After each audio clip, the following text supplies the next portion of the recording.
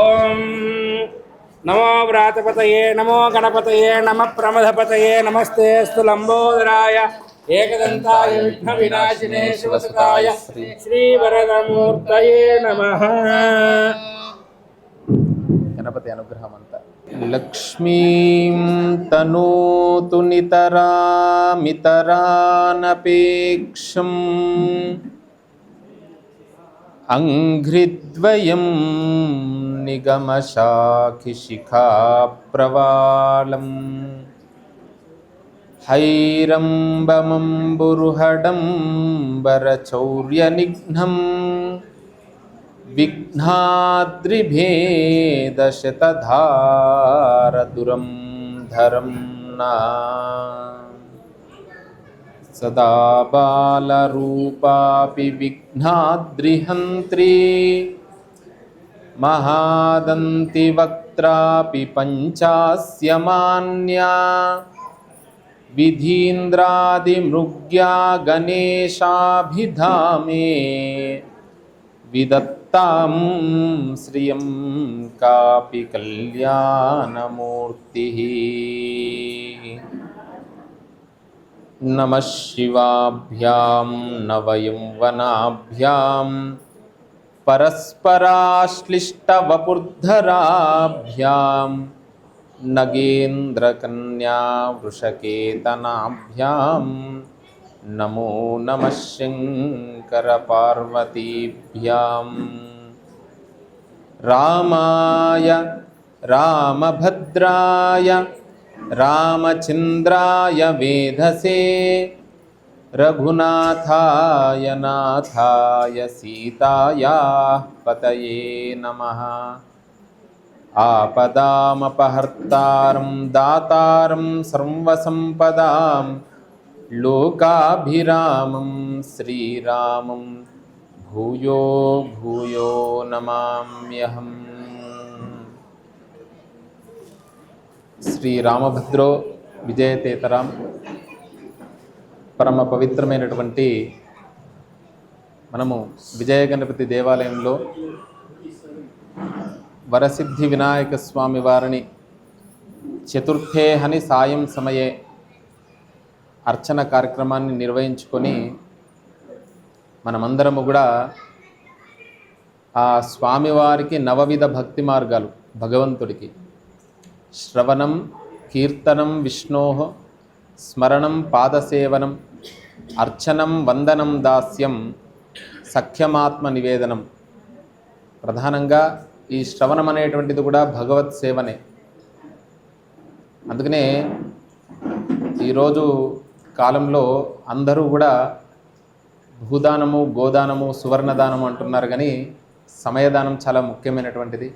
అలా అన్నీ వదులుకొని ఈ వరసిద్ధి వినాయక స్వామి వారి సేవలో ఉన్నటువంటి ఈ దేవస్థానం వారు, కాలనీ వారికి, భాగ్యనగర వాసులందరికీ కూడా మనందరికీ కూడా ఆ వరసిద్ధి వినాయక స్వామి వారి యొక్క దివ్యానుగ్రహం కలగాలని, పలికడిది భాగవతమట అట్ట పలికించు విభుండు రామభద్రుండట అంటూ మా రామభద్ర స్వామి వారు ఏ విధానంగా పలికిస్తే మీ అందరికీ కూడా అలాంటి ఆ అనుగ్రహం చేత, ఆ వరసిద్ధి వినాయక స్వామి అనుగ్రహం చేత ఈరోజు వినాయక వైభవం అనేటువంటి అంశం మీద మనము అందరికీ తెలిసినటువంటిదే. వినాయకుడు అంటేనే విశేషమైనటువంటి నాయకుడు. ఆ స్వామివారిని, వరసిద్ధి వినాయక స్వామి వారిని భాద్రపద శుద్ధ చతుర్థి వినాయక ఆవిర్భావ మహోత్సవాన్ని కేవలం భాగ్యనగరంనే కాదు, యావత్ ప్రపంచంలో అంతా కూడా ఆ స్వామివారిని ఆరాధిస్తూ ఉంటాము. అసలుకు అందరికీ తెలిసినటువంటిది కేవలం ఈ కలియుగంలోనే వినాయకుడు ఆరాధన విశేషమైనటువంటి ఫలితం కాదు, యుగ యుగాల నుండి కూడా వినాయకుడి యొక్క ఆరాధన ఉంది. ఇంతకుముందే వారు చెప్పిన విధానంగా లలితా సహస్రనామాల్లో కూడా కృతయుగంలో ఒక రూపం, త్రేతాయుగంలో ఒక రూపం, ద్వాపర యుగంలో ఒక రూపం, ఈ కలియుగంలో పార్థివం అంటే మట్టి ద్వారా ఈ భాద్రపద శుద్ధ చతుర్థి నుండి మొదలుకొని అనంత పద్మనాభస్వామి వారి యొక్క వ్రతం చతుర్దశి వరకు కూడా ఈ నవరాత్రములు మనం నిర్వహించుకుంటూ ఉంటాం. ఆ స్వామివారిని లలితా సహస్రనామాల్లో కూడా కామేశ్వర ముఖాలోక కల్పిత శ్రీ గణేశ్వర 81వ నామం నుండి ప్రారంభమవుతుంది. ఎందుకు ఆవిర్భవిస్తాడు అనంటే మహాగణాధిపతి భండాసురవధోద్యుక్త శక్తిసేన సమన్విత సంపత్కరీ సమారూఢ. అంటే భండాసురుణ్ణి సంహరించడానికి అమ్మవారి యొక్క శక్తిసేన ప్రారంభమైంది. ఆ సమయంలో ముందుగా అమ్మవారు సంపత్కరి అంటే కొన్ని కోట్ల గజముల్ని సృష్టించిందంట. తర్వాత అశ్వారూఢాదిష్టి అంటే అశ్వములను సృష్టించింది. ఇలా సృష్టించినప్పుడు ఆ భండాసురుడు ఏం చేశాడంటే తన యొక్క జయ విఘ్నం అనేటువంటి ఒక విఘ్న యంత్రాన్ని ప్రదర్శించిండు ఈ సేన మీదకి. అప్పుడు కామేశ్వర ముఖాలోక కల్పిత శ్రీ గణేశ్వర. కామేశ్వర అంటే పరమేశ్వరుడు యొక్క ముఖాన్ని ఆలోకమల ఆశాంతము కూడా అమ్మవారు చూసింది. చూసినప్పుడు ఎవరు వచ్చారండి? ఇప్పటి స్వామ బ్రహ్మాండ పురాణం ఎప్పుడిది?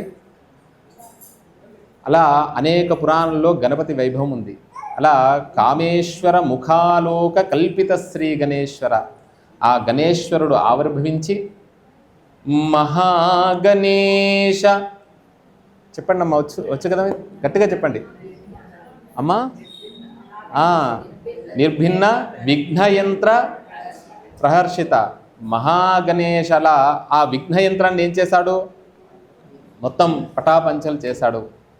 అప్పటి నుండి ఆ మహాగణాధిపతి ఆరాధన అందుకుంటున్నారు అని ఇంతకుముందు లలితా సహస్రనామాలు వాళ్ళు చేశారు కాబట్టి అందులో విశిష్టను మనం చెప్పుకున్నాం.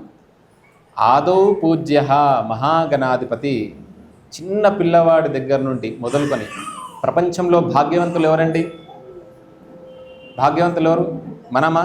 మనం కూడా భాగ్యవంతులమే. ఎందుకంటే జగతః పితరౌ వందే వాగర్థావివ సంపృక్తౌ వాగర్థ ప్రతిపత్తయే. జగతః పితరౌ వందే పార్వతీ పరమేశ్వరౌ. ప్రపంచంలో భాగ్యవంతులు ఎవరు అంటే పార్వతీ పరమేశ్వరులంట. మరలా పార్వతీదేవిని పరమేశ్వరుణ్ణి ఆరాధించాలి అంటే, అమ్మవారిని ఆరాధించాలి అంటే అనేక నియమాలు ఉండాలి. పరమేశ్వరుణ్ణి ఆరాధించాలి కానీ అన్నా కూడా పంచామృతం ఉండాలి, ఆయనకు జలం ఉండాలి, ఇవన్నీ కూడా ఉండాలి. మళ్ళా భాగ్యవంతుల యొక్క కుమారుణ్ణి ఆరాధించాలంటే కాండాత్ కాండాత్ ప్రరోహంతి పరుషః పరి ఏవానో దూర్వే ప్రతను సహస్రేణ శతేన చ యా శతేన ప్రహరోసి సహస్రేణ విరోహసి. మహానారాయణంలో చెబుతారు. మనకు వేదంలో కృష్ణ యజుర్వేదంలో ఆరణ్యకమని ఉంది. సృష్టి క్రమము ఇవన్నీ కూడా మహానారాయణంలో సంధ్యావందనము, దుర్గా సూక్తము, తర్వాత ఇలాంటి ఒక మహత్తరంగా ఉంటుంది. అందులో ఈ మృత్తు అంటే మట్టి యొక్క విశిష్టతను, ఈ దూర్వా యొక్క విశిష్టతను చెప్పారన్నట్టు. ఈ దూర్వా సమర్పిస్తే చాలంట గణపతి ఆనందపడతాడు. చిన్న పిల్లవాడి దగ్గర నుండి మొదలుకొని కుల మత వర్ణ వర్గ భేదము లేదండి, అందరినీ కూడా అనుగ్రహిస్తాడంట. ఒక నారీకేలం సమర్పిస్తే ఆనందపడతాడు, కదలీఫలం అరటిపండు సమర్పిస్తే ఆనందపడతాడు. ఏమీ లేదు మా దగ్గర, ఇంట్లో బెల్లం ముక్క ఉంటుంది కదా, బెల్లం ముక్కను సమర్పించినా కూడా ఆ మహాగణాధిపతి ఆనందపడతాడంట. ఆయనకు ఎక్కువ నియమాలు లేవు, ఎవరైనా కూడా ఆరాధించవచ్చు. అలా మహాగణాధిపతి యొక్క ఆరాధన చాలా విశేషమైనటువంటిది. కలౌ చండీ వినాయక, కలౌ కపి వినాయక. ఉత్తర భారతదేశానికి వెళ్తే మనకు అక్కడ ఆంజనేయ స్వామి గణపత మనం గుర్తుపట్టలేము. ఎందుచేతనంటే సింధూర వర్ణాన్ని మనకు సంగీతం నేర్పించే సమయంలో సింధూర వర్ణంగా మొదటి కీర్తనలో వర్ణిస్తారు. లంబోదర లకుమికర అంబాసుత అమర వినుత సింధూర వర్ణాన్ని చెబుతూ ఉంటారు. అక్కడ గణపతికి కూడా సింధూరం పూస్తారండి. మీరు కాశీకి వెళ్ళినటువంటి వారికి బాగా తెలుస్తుంది. మనకు మొదటి గేట్ నెంబర్ బృహస్పతి దేవాలయం నుండి ముందుకు వెళ్ళగానే సాక్షి గణపతి ఉంటాడు. ఆయనను చూసి అందరూ ఆంజనేయ స్వామి అనుకుంటారు, కానీ సింధూర వర్ణంలో ఉంటాడు, పెద్దగా ఉంటాడు, అలా ఎడమవైపు ఉంటాడు అన్నట్టు. వెళ్ళగానే అన్నపూర్ణ అమ్మవారి దేవాలయానికి వెళ్తే ఉంటే డుండి గణపతి వస్తాడు.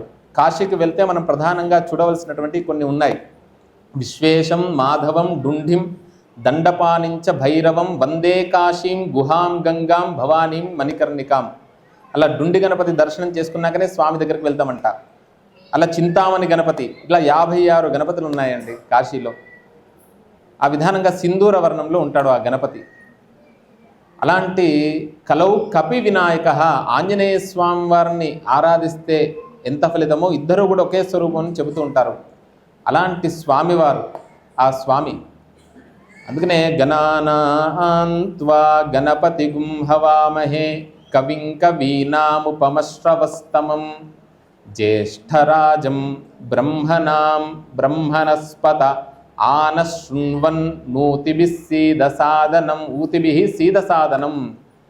గణానా అంటే గణములకు ఒక గణమని చెప్పలే, అనేక గణములు, నక్షత్ర గణము, మనుష్యులు, అందులో స్త్రీలు, పురుషులు, పర్వతాలు, నదులు, ఇలా మొత్తం 14 లోకాలు, ఒక్కొక్క లోకంలో 84 లక్షల జీవరాశులు. అలా వీళ్ళందరికీ కూడా ఈ మొత్తం ఈ ప్రపంచానికే పతి అంటాయనే. కవిం కవీనాం, కవి అంట. కవి అంటే ఎవరండి? మంచిగా ఆలోచించేటువంటి వారు. ఎవరైతే మీరు కూడా మంచిగా ఆలోచిస్తుంటే, మనం కూడా మంచి ఆలోచనలతో ఉంటే మనకు కూడా కవిత్వం వస్తూ ఉంటుంది.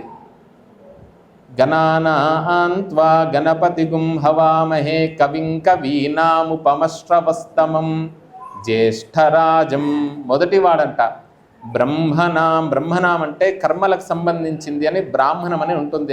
మన కర్మలకు సంబంధించినటువంటి అంశాలన్నీ కూడా అందులో ఉంటాయన్నట్టు, ఏ విధానంగా చేయాలని. కర్మలకు పతి అంటాయన. అంటే కర్మను తప్పించుకోవడం ఎవరి వల్ల కూడా కాదు. అందుకనే మనకు శ్రావణ మాసం మొన్ననే జరిగినటువంటిది, అక్కడ ఒక అద్భుతమైనటువంటి వృత్తాంతం చెప్తారు, సూక్ష్మంలో చెప్తాను. శ్రీకృష్ణ పరమాత్మను దేవకి అడుగుతుంది, నువ్వు నాకు 14 సంవత్సరాలు ఎందుకు దూరంగా ఉన్నావు అని అడుగుతుంది. యశోదమాత దగ్గర ఉన్నది కదా. అంటే గత జన్మలో నీవు కైకేయే కదా దూరం చేసింది 14 సంవత్సరాలు. అందుకనే ఈ జన్మలో నేను అక్కడ కౌసల్య దగ్గర ఉన్నానని చెప్తానంట. లౌకికార్థంగా ఏదైనా కూడా కర్మ హరినాపి హరేనాపి బ్రహ్మానాపి సురైరపి. హరిహరాది బ్రహ్మలకే తప్పలేదండి. మనం ఎంతటి వారమండి కర్మను తప్పించుకోవడం. అందుకనే ఎప్పుడు కూడా పొరపాటు చేయకూడదు, తప్పు చేయకూడదు. శాస్త్రంలో చెబుతుంది, నావకు ఒకటే రంధ్రం ఉండొచ్చు కానీ అంత మునుగు చిన్న తప్పే కదా అని అనుకోకూడదు అన్నట్టు. కాబట్టి ఎవరైనా కూడా అయితే ఈ జన్మలోనన్నా అనుభవిస్తాము, లేకపోతే వచ్చే జన్మలోనన్నా అనుభవిస్తాము. కాబట్టి ఎప్పుడు కూడా మనసా వాచా కర్మన, మనస్యేకం వచస్యేకం కర్మణ్యేకం మహాత్మనః, మహనీయుల్లాగా జీవించాలని చెప్పారు.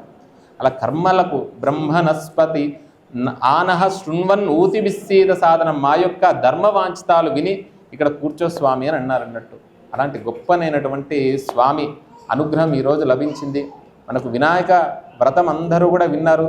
అందులో కూడా స్వామి కథలలో కూడా అందరూ కూడా ఈరోజు అంటే అనేక మాధ్యమాలు వచ్చేసి ఈ చాలా వ్యతిరేకులు బాగా అయ్యారు. అందులో కూడా చాలా పరమార్థం ఉందండి. ఆ కథ కూడా సూక్ష్మంలో మీకు 5 నిమిషాల్లో పూర్తి చేస్తాను. అందరూ వినుండొచ్చు, అయినా కూడా గజాసురుడు యొక్క, ఎందుకంటే వినాయక వైభవం అంటే అన్నీ కూడా వస్తాయి. ఆ గజాసురుడు అనేటువంటి రాక్షసుడు తపస్సు చేస్తాడు. గజ అంటే గ అంటే గతించడం, జ అంటే జన్మకు కారణమైనటువంటి స్వామిని అర్థం అన్నట్టు.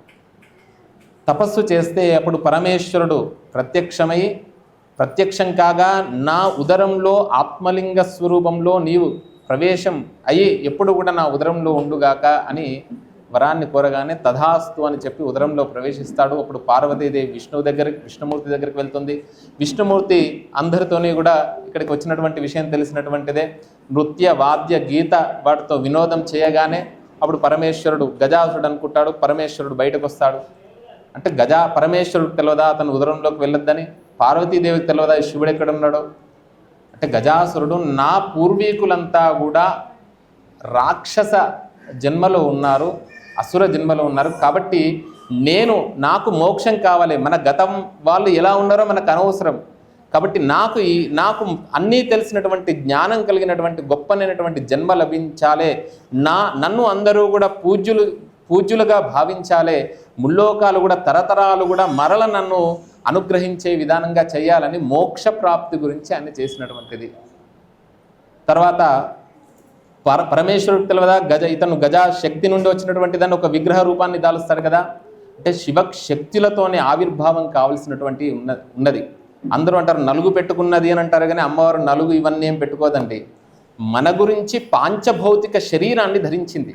అంటే ఆ క్షణంలో అనుకుందన్నట్టు. పాంచభౌతికం అంటే ఆ చెమట మలం నుండి ఒక మట్టి ఏర్పడి ఆ మట్టి నుండి శక్తి సహిత గణపతిం అనే కీర్తన కూడా ఉంది. అలా శక్తిగా తయారయ్యాడు.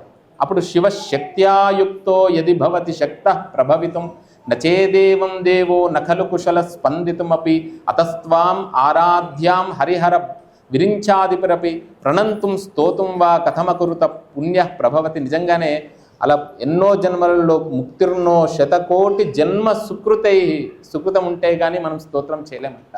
అలా శివశక్తులతోనే ఆవిర్భవించినటువంటి స్వామి. తర్వాత గానాధిపత్యం విషయం తెలిసినటువంటిదే. మనందరికీ కూడా మేము పుణ్యక్షేత్రాలు సందర్శించాము, పుణ్య నదులలో స్నానమాచరించాము, దానము చేశాము, ధర్మము చేశాము, త్యాగం చేశాము అనుకుంటాం.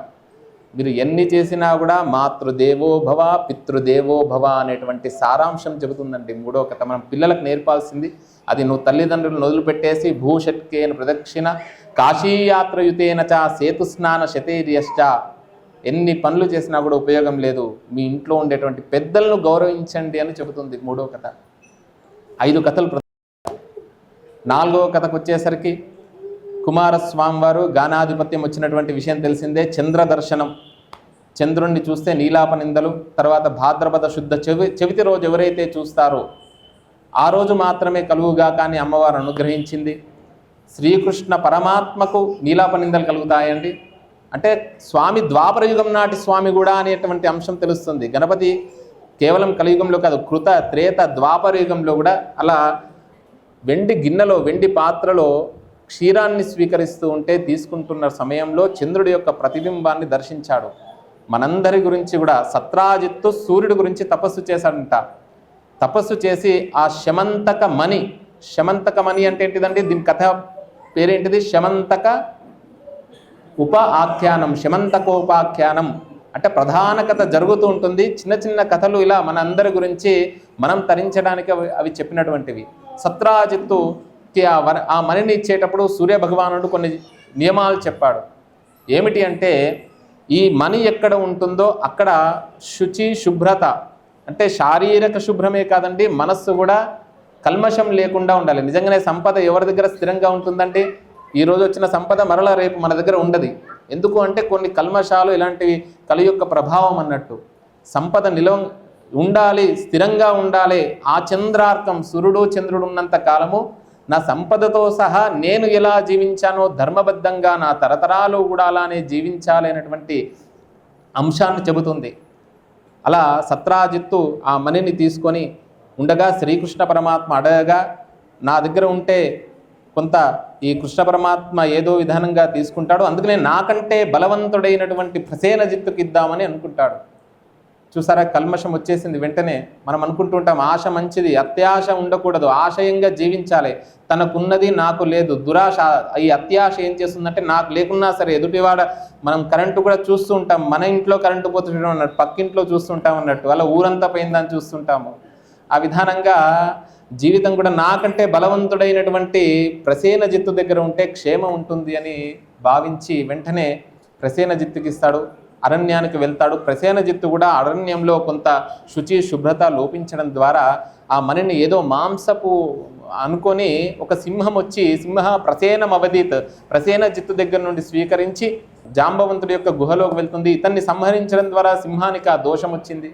అప్పుడు జాంబవంతుడు వెంటనే ప్రసేనజిత్తును ఈ సింహాన్ని సంహరించడం ద్వారా శ్రీకృష్ణ పరమాత్మ ఆ ప్రసేనజిత్తుని తన అడుగులు చూస్తూ, సింహం యొక్క అడుగుజాడలను చూస్తూ జాంబవంతుడి యొక్క గుహలోకి వెళ్తాడు. పుంసాం మోహన రూపాయ పుణ్యశ్లోకాయ మంగళం. అంటే పురుషుడికే మోహన రూపుడంట త్రేతాయుగంలో. ద్వాపర యుగంలో నేను కృష్ణావతారం ఎత్తుతాను, అప్పుడు నాతోని మల్ల యుద్ధం చేస్తావు నీవు, అప్పుడు నన్ను ముట్టుకోవడానికి అవకాశం ఉంటుంది. పత్రం వా పుష్పం వా ఫలం వా, అంటే సీతాదేవిని ఆంజనేయ స్వామి వారు అడుగుతాడు, రాముడు ఎలా ఉన్నాడు అని. అంటే ఒక పత్రాన్ని చూసినా, ఫలాన్ని చూసినా, ఏదాన్ని చూసినా సీత సీత సీత అని అంటున్నాడు అనగా, అలా సీతా అమ్మవారికి మాత్రమే త్రేతాయుగంలో. ఇలా ద్వాపర యుగానికి వచ్చేసరికి 16,000 మంది ఋషులే 16,000 మంది గోపికలంట. అందుకనే అస్ఖలిత బ్రహ్మచారి అందరూ అనుకుంటారు శ్రీకృష్ణ పరమాత్మ అంతమంది వేల మంది భార్యలు, ఇతను ఎలా ఆదర్శ పురుషుడు అవుతాడు, కృష్ణం వందే జగద్గురం అంటుంటారు కదా. ఈ కలియుగంలో రాముడు వెళ్ళినటువంటి మార్గంలో వెళ్ళాలి, కృష్ణుడు బోధించినటువంటి మార్గంలో వెళ్ళాలని చెప్పాలన్నట్టు. కృష్ణుడు ఉపదేశం గీతోపదేశం చేస్తాడు కదా, అర్జునుడు ముక్కు మూసుకొని తపస్సు చేయలేదు కదా, యుద్ధం చేశాడు కదా. ఆ విధానంగా అలా శ్రీకృష్ణ పరమాత్మతో జాంబవంతుడు యుద్ధం చేశాడు. చేయగా ఓహో త్రేతాయుగంలో రాముడు ఈ యుగంలో నాకు వరాన్ని ఇచ్చాడు అనే భావనతోని ఆ మణిని శ్రీకృష్ణ పరమాత్మకి ఇచ్చి తన యొక్క కూతురైనటువంటి జాంబవతిని కూడా ఇచ్చారు. అప్పుడు శ్రీకృష్ణ పరమాత్మ నీకే నింద కలిగింది, పరమాత్మవు మరలా వచ్చేటువంటి యుగంలో, అందుకనే 70 సంవత్సరాలైనా కూడా నవయవ్వనుడు అని అన్నారన్నట్టు శ్రీకృష్ణ పరమాత్మను. మరలా మా పరిస్థితి ఏమిటి అంటే శమంతకోపాఖ్యానం ఎవరైతే విని భాద్రపద శుద్ధ చవితి రోజు అక్షతలు శిరస్సు మీద వేసుకుంటారో, నిజంగానే ఎవరైనా ఒక మాట అంటే పడతామా అండి? నింద వేస్తే పడతామా? చేయనటువంటి తప్పుకు సంబంధం లేకుండా అతనికి ఏముందండి, అతను బాగా ఉన్నత స్థానంలో ఉంటే అతనికి ఏముంది లేండి, అతనికి ఎక్కడో దొరికింది, ఏదో అలా వచ్చింది, అలా అన్నీ అంటూ ఉంటారన్నట్టు. ఆ మాటలు మనం పడతామా? అవొక్కటే కాదు, నింద ఎవరు కూడా పడరు. అలా సంవత్సర కాలము నిందలు రాకుండా ఉంటాయని తప్పకుండా ఈ వినాయక చతుర్థి రోజు ఈ కథలలో ఉండేటువంటి పరమార్థం కూడా తీసుకోవాలి. వ్రతాన్ని వినడమే కదా, అందులో ఉండేటువంటి అనేక రహస్యాలు ఉన్నాయని చెప్పారు. అలా స్వామివారి యొక్క వైభవం చెప్పనంటే స్వామివారికి ప్రధానంగా 21 రకాల పత్రి పూజ అండి. పత్ర పూజ, పత్రి అనకూడదు, పత్ర పూజ. పత్రం, పుష్పం, ఫలం, తోయం. స్వామివారిది హస్తా నక్షత్రం. ఆయన హస్తిముఖుడు. ఉత్తర హస్త చిత్త కన్యారాశి. కన్యారాశికి అధిపతి ఎవరండి? బుధుడు. సుజలం సుఫలం సస్యశ్యామలం వందే మాతరం అని అంటుంటాం కదండి. అలాంటి గొప్పనైనటువంటి ఈ పత్ర పూజలో, అందుకనే ఎవరికైనా బుధుడు బాగా లేకుంటే, మనస్సు బాగా లేకుంటే అలా ప్రకృతిని ఆస్వాదిస్తూ ఉంటాము. లేకపోతే మనము ఏదైనా మన యొక్క సీమ దాటి వెళ్ళి కొంత ఆస్వాదన చేస్తూ ఉంటాం కదా ప్రకృతిని, పచ్చని ప్రకృతిని. అందుకనే కంటి దోషం ఉంటే కూడా ఆ పచ్చని ఆకులు కానివ్వండి, ఇలా వృక్షాలను కానివ్వండి చూడమని అంటుంటారు. బుధుడికి సంకేతం అన్నట్టు, బుద్ధికి సంకేతం ఈ పత్ర పూజలో అంతర్యం. ఎందుచేతనంటే ఈ మట్టి విగ్రహంలో కూడా అనేక ఆంతర్యం ఉందండి. నవరత్నాలు దొరికేటువంటి ఎక్కడండి? సూర్యుడికి ఒక్కొక్క గ్రహానికి ఒక్కొక్క మణి చెప్పారు, రత్నం చెప్పారు. ఈ 9 రత్నాలు కూడా ఈ భూమి, అనేక రత్నాలు కూడా భూమిలో దొరుకుతాయి కదా, అన్ని భూమి నుండి వచ్చినటువంటివే కదా. మృత్తికే హనమే పాపం అంటే మృత్తిక ద్వారా పాపం అనేటువంటిది తొలగిపోతుందంట. ప్రతిష్ఠితే సర్వం అంటే అన్నీ కూడా ఈ విశ్వమంతా కూడా మొత్తం మృత్తికతోనే, మొత్తం చరాచర జగత్తంతా కూడా ఈ సమానత్వానికి కూడా ప్రత్యేక చెప్పారు. ధనము ఉన్నటువంటి వారు, పేదరికం ఉన్నటువంటి వారిని కాకుండా సమానమైనటువంటి భావన రావడానికి చెప్పారు. ప్రధానంగా వాడవాడల గ్రామ గ్రామంలో ఈ వినాయక చవితి ఉత్సవాలు కూడా ఎప్పుడు ప్రారంభమయ్యాయి అంటే మనకు స్వాతంత్రం రాకముందు బాలగంగాధర్ తిలక్ గారు ప్రవేశపెట్టినటువంటి ఒక గొప్పనైనటువంటి విధానం. ఎందుచేతనంటే అప్పుడు అనేక నియమాలు, అందరూ కలవకూడదు ఒకరికొకరు. నిజంగానే మనం పూర్వీకులు వాళ్ళందరి యొక్క త్యాగ ఫలితమే మనం ఈరోజు ఈ విధానంగా ఉన్నాము అంటే ఎలా, ఏ విధానంగా అని చెప్పి వినాయక నవరాత్రుల్ని ప్రారంభం చేశారు. ఎక్కువగా మహారాష్ట్ర నుండి ప్రారంభమైంది. అందుకనే గణపతి బొప్ప మోరియా అంటుంటారు కదా. మోర్ అంటే ఏంటిదంటే నెమలి అని అర్థం అన్నట్టు మరాఠీలో. త్వరగా రా స్వామి సంవత్సరం తర్వాత దాని యొక్క లిరిక్స్లో ఉంటుంది. అలా అక్కడ నెమళ్ళు బాగా తిరుగుతుంటారంట ఆ మోర్ అనేటువంటి గ్రామంలో, అందుకనే దానికి ఆ పేరు వచ్చిందని చెప్పారన్నట్టు. అలా 21 రకాల పత్రిలో కూడా ఎంతో ఆంతర్యం ఉందండి. చాలా గొప్పనైనటువంటి విషయం ఉంది. ఒక్కొక్క చెట్టు అంటే అందులో ఔషధీ గుణం ఉన్నటువంటి వృక్షాలండి. మామిడి చెట్టు తీసుకోండి, వనస్పతులు కొన్ని ఉంటాయి. అక్కడి నుండే మనకు ఈ అగరబత్తులు ఇవన్నీ కూడా తయారు చేస్తూ ఉంటారు. మనకు ధూపము ఇవన్నీ కూడా వనస్పతులు అని ఔషధ గుణాలు ఉన్నటువంటివి. తర్వాత ఈరోజు గరిక అనేటువంటిది కూడా చాలా దుస్వప్న నాశిని. ఎవరికైనా అప్పుడప్పుడు చెడ్డ కళలు వస్తున్నాయని అంటే, తర్వాత అలాంటి ఆలోచనలు వస్తున్నాయంటే దూర్వను తీసుకొని శిరస్సు మీద వేసుకుంటుంటారు. తమిళనాడు వెళ్ళండి, అక్కడ ప్రతి చోట, ప్రతి ఇంటి ముందట గణపతి, తర్వాత ప్రతి చోట కూడా గణపతి కనబడుతుంటుంది. మాకు వీధిపోటు ఉన్నది అంటే గణపతి విగ్రహం. ఎవరి ముఖాన్ని చూస్తే మనకు ఆనందం కలుగుతుందో, ఉదయం లేవగానే కరాగ్రే వసతే లక్ష్మి, కరమూలే సరస్వతి, కరమధ్యేతు గోవిందే ప్రాతఃకర దర్శనం. సముద్ర వసనే దేవి పర్వతస్తన మండలే విష్ణుపత్ని నమస్తుభ్యం పాదస్పర్శ క్షమస్వమే. దేవాలయానికి వచ్చేటప్పుడు కానివ్వండి, ఇంట్లోకి ప్రవేశించేటప్పుడు కానివ్వండి, ఒక శత్రువులు అంటూ ఎవరు లేరు. బయట దేశాల వారు కూడా మనందరికీ కూడా మిత్రులేనంట. పరమాచార్య స్వామి వారు చెప్పిన విధానంగా అందరూ కూడా సర్వము కూడా వాళ్ళకు కూడా మంచి భావన కలగాలని చెప్పారు. అలా కొన్ని సమయాలలో మాత్రమే ఎడమకాలు పెట్టాలని సుందరాకాండలో చెప్పారు. ఎప్పుడు కూడా కుడికాలు కింద పెట్టి దిగాలి, 2 చేతులు నమస్కారం చేయాలి. కర్మే అంటే చేతుల ద్వారానే గతి రీతి అంటే చేతుల ద్వారానే ఏ పని చేస్తుంటాం కాబట్టి చేతులను చూసి ఈ చేతు ద్వారా మంచి పనులు చేసే విధానంగా అనుగ్రహించు స్వామి అని గణపతి యొక్క ముఖం చూసి నమస్కారం చేయనట్ట. ఉదయం లేవగానే ఆ గణపతి యొక్క విగ్రహాన్ని కానివ్వండి, గణపతి యొక్క చిత్రపటాన్ని కానివ్వండి, ఏనుగు ముఖం అంటారు కదా, అందుకనే గజం యొక్క ముఖానికి పూజ, ఆవు యొక్క పృష్ఠానికి పూజ. ఆవు ముఖానికి పూజ చేయమని చెప్పలే, అందరూ కూడా ఆవుల్ని దర్శించండి అని అంటారు. ఆవు ముఖానికి పూజ ఎక్కడ చెప్పలే, గో పృష్ఠభాగంలో పూజ. పంచగవ్యాలు వచ్చేటువంటిది అక్కడి నుండి కాబట్టి లక్ష్మీదేవి నివాస స్థానం ఏనుగు ముఖంలో. అలాంటి గొప్పనైనటువంటి సుముఖుడు అంట ఆ స్వామివారు. అందుకనే ఆ స్వామివారికి 21 రకాల పత్రాల్లో గరిక దూర్వా ద్వారా, తర్వాత మామిడి ఆకు చూతపత్రము, తర్వాత అన్నీ కూడా మనకు దొరికేటువంటివి అండి. ఆ చెట్ల దగ్గరికి వెళ్ళడం ద్వారా ఈరోజు మనం బజార్కి వెళ్ళి కొనుక్కొచ్చుకుంటున్నాం, కానీ నిజంగా ఎక్కడైనా కూడా దొరుకుతాయండి ఇవన్నీ కూడా పత్రాలు. ఈ వర్షాకాలం వచ్చిన సమయంలో అనేక వ్యాధులతోని శ్వాస సంబంధమైనటువంటి వ్యాధులు వస్తుంటాయి మనకు. తర్వాత వైరల్ పరంగా వచ్చేటువంటి కొన్ని విషజ్వరాలు వస్తుంటాయి. కావున ఈ జ్వరాలన్నీ తొలగించేటువంటి శక్తి ఆ 21 రకాల పత్రిలో ఉందండి. జిల్లెడాకు, తర్వాత అనేక అశ్వత్థం 24 గంటలు. కేవలం విష్ణుమూర్తికి అక్షతలతోని ఎప్పుడు పూజ చేయకూడదండి. గణపతికి తులసితోని నిత్యము పూజ చేయకూడదు. కేవలం వినాయక చవితి రోజు మాత్రం 24 గంటలు తులసి ఆక్సిజన్. ప్రతి ఒక్కరి ఇంటి ముందట తులసి ఉండాల్సిందే, అక్కడ పాదరక్షకలు వదలకూడదు. తులసి సాక్షాత్తు మహాలక్ష్మి స్వరూపం. ఆ విధానంగా తులసితోని ఈ వినాయక చవితి రోజు అర్చన చేయమన్నారు. శివుడికి మనకు ఏ పువ్వుతోనమ్మా? బిల్వంతో చేయాలి. ఏ పువ్వుతో పూజ చేయకూడదు? మొగిలి పువ్వుతోని పూజ చేయకూడదు. ఎందుచేతనంటే మనకు లింగావిర్భావ ఘట్టంలో తెలిసినటువంటిది. ఆపాతాల నభస్థలాంతర జ్యోతిస్ఫాటిక లింగమావిస్ఫురత్. ఆ సమయంలో ఆవు ఒకటి, మొగిలి పువ్వు ఒకటి అసత్యం చెప్పింది కాబట్టి చేద్దన్నారు. మొగిలి పువ్వు కూడా శివుణ్ణి ఒకానొక సమయంలో నీవు సర్పాన్ని ధరిస్తావు, నేను సర్పాన్ని ధరిస్తాను, నీకు నాకు ఏముంది, ఇద్దరము సమానమైనదంట, అందుకనే నా పూజకు పనికిరావని అన్నదంట. అందుకనే మొగిలి పువ్వు శివరాత్రి రోజు పందిరి వేసినప్పుడు పందిరి మీద వేస్తే అనంతమైనటువంటి ఫలితం వస్తుందని చెప్పారన్నట్టు. అలా శివుడికి మొగిలి పువ్వు చాలా సువాసన వస్తుందండి. మొగిలి పువ్వు బాగా వాసన ఉన్న చెట్ల దగ్గర ఈ సర్పాలు ఉంటాయన్నట్టు. విష్ణువుని అక్షతలతోనే అర్చన చేయకూడదు. గణపతిని రోజు కూడా తులసి పెట్టకూడదు, ఆయనకు గరిక పెట్టాలి. ఎంత గరిక సమర్పిస్తే మనం వెళ్ళి మనకు ఏదైనా విద్య పరంగా కానివ్వండి, ఏదైనా కోరికల పరంగా కానివ్వండి ఉంటే వారు తప్పకుండా ధర్మవాంఛితం 21 గరికను తెంపి అదే దాంతో మనం కట్టి స్వామివారికి 21 నామాలతో అర్చిస్తే తప్పకుండా సఫలమవుతుంది. ఆ విధానంగా ఒక్కొక్క పత్రానికి ఒక్కొక్క విశేషం. అర్కపత్రం ఎక్కడ ఉంటే అక్కడ ఉంటుంది, మనకు రోడ్ల మీద కనబడుతుంటుంది. కోనార్క్ అన్నాను కదండి. అర్క అంటే సూర్యుడికి సంబంధించినటువంటిది. సూర్యుడికి జిల్లెడు చెట్టు అంటుంటాం కదా, ఆ గణపతికి సూర్యుడికి చాలా సంబంధం ఉంది. అందుకనే సూర్యుడి గురించి తపస్సు చేశాడు కదా, శమంతకమని గురించి.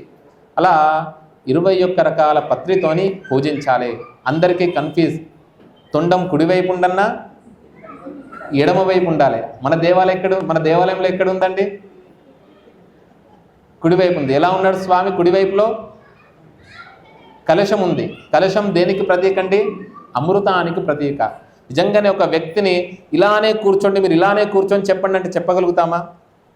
అలానే నీ తొండాన్ని అలానే పెట్టుకుంటామా? కాబట్టి ఎటువైపైనా ఉండొచ్చు. అలా వక్రతుండ మహాకాయ కోటి సూర్య సమప్రభ నిర్విఘ్నం కురుమే దేవ సర్వకార్యేషు సర్వదా. ఎటువైపు ఉన్నా కూడా ఆయన మోక్షాన్ని ఇస్తాడు, విజయాన్ని ఇస్తాడు. మన విజయ గణపతి ఏ వైపైనా ఉండొచ్చు మన దగ్గర. అలా కుడివైపు ఉంటే ఏంటిదంటే అందరికి కావాల్సింది ఇంకా ఈ సంసార చక్రంలో ఇంకా ఎంతసేపు మనం పరిగెడతామంటే మోక్షం కూడా కావాలి కదా. అలా మోక్ష గణపతి మన విజయ గణపతి, ఇహాన్ని పరాన్ని ఇచ్చేటువంటి స్వామి. రాగానే ఏకదంతం చతుర్హస్తం పాశమంకుశధారిణం, ఆయన ఒక్కడొచ్చి పరివారాన్ని అంతా కూడా తెచ్చుకున్నాడు. ఎంత గొప్ప క్షేత్రం అండి. ఇక్కడ ఇదే స్థానంలో మా భాగ్యం. నిజంగానే మీ అందరి ద్వారా, మీ అందరితో సమానంగా కాశీ విశ్వనాథుడి యొక్క సప్త ఋషి హారతి పెద్ద పెద్ద దేవాలయాలు ఉన్నాయండి, ఎక్కడ జరగదండి. అక్కడ ఉన్నటువంటి ఆచారంలోనే ఇక్కడ సప్తఋషి హారతి దొరికిందండి. ఇప్పుడు తోమాల సేవ ఎలానో ఆ సప్తఋషి హారతి అలా ఇప్పుడు ప్రస్తుతం 3 నెలల ముందు కూడా మనకు దొరకదు. అలాంటిది ఆ స్వామి చేయించుకుంటున్నాడు. అందుకనే గణపతిని ఒక్కరిని ఆరాధిస్తే సకల దేవతలను ఆరాధించిన ఫలితం కలుగుతుంది. మీరు రోజు ఈ రోజు నుండి 1 సంవత్సర కాలం చేయండి, మీకు ఫలితం రాకుంటే నన్ను అడగండి. మనకి ఏమి పెద్ద చెప్పాము, అందరిలాగా అనేక నియమాలు లేవు. యోమోదక సహస్రేన యజతి సవాంఛిత ఫలమవాప్నోతి. మోదకం అంటే తెలిసినటువంటిది కదండి.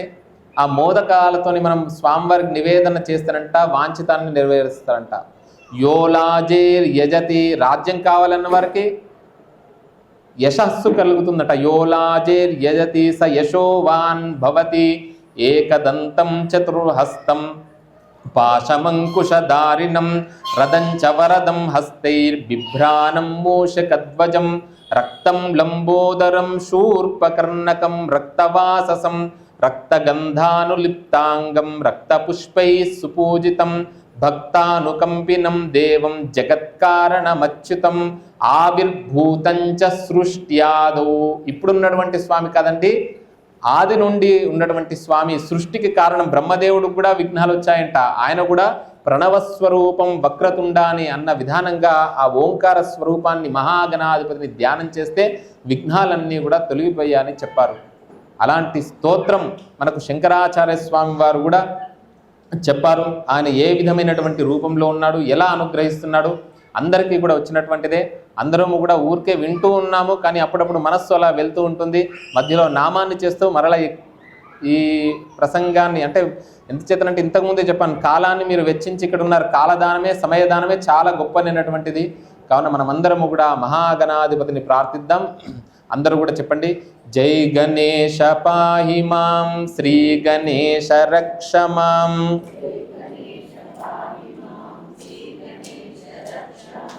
జై గణేశ పాహి మాం, శ్రీ గణేశ రక్ష మాం. మీ అందరితో ఒక స్తోత్రం చెప్పి అన్న అందరు బాగా చెప్తున్నారు. ముదాకరాత్తమోదకం సదా విముక్తి సాధకం. ముదాకరాత్త కళాధరావతం సకం విలాసి లోకరక్షకం.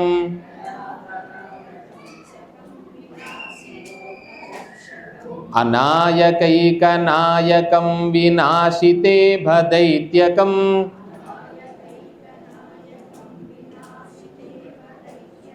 నతాశుభాశునాశకం నమామి తం వినాయకం.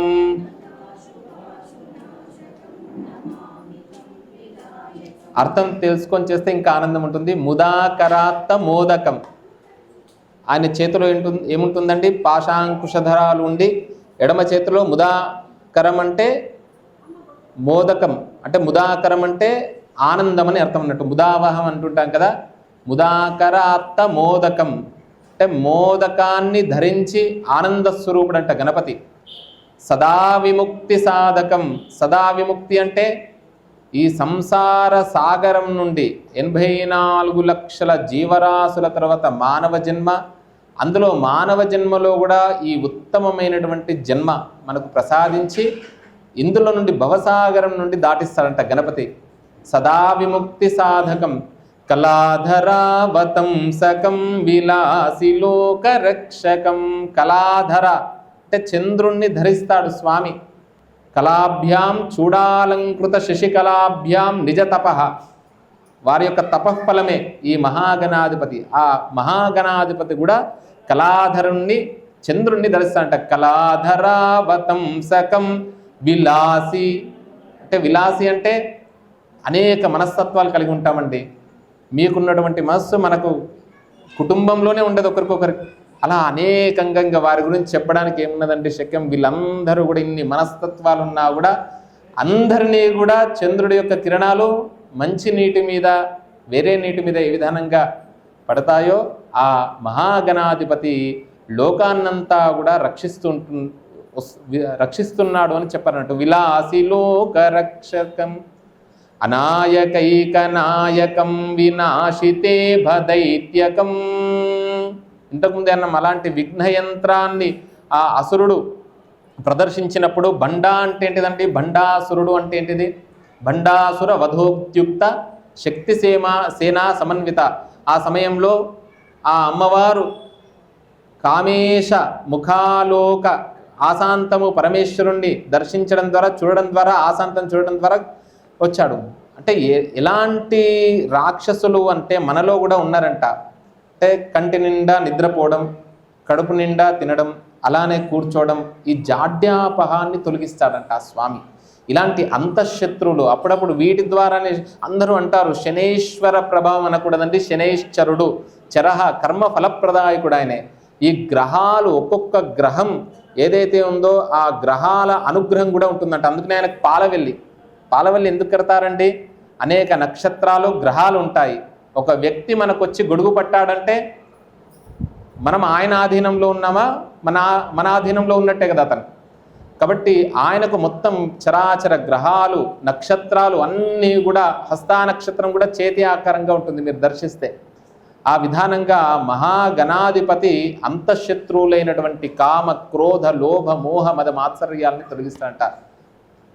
అనాయకైకనాయకం వినాశితే భదైత్యకం నతాశుభాశునాశకం నమామితం వినాయకం. ఎప్పుడు కూడా శుభాల్ని చేకూరుస్తాడంట, క్షేమాన్ని కలిగిస్తాడంట. తర్వాత శ్లోకం పంచరత్నాలు అంటారన్నట్టు. 5 రత్నాలు ఇవి. ఇది మొదటి రత్నమైంది. అందరూ చెప్పండి. ముదాకరాత్తమోదకం సదా విముక్తి సాధకం. ముదాకరాత్త కళాధరావతంసకం విలాసి లోకరక్షకం.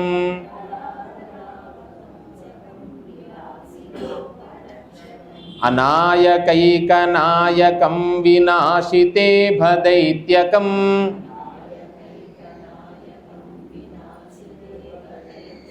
నతాశుభాశునాశకం నమామితం వినాయకం.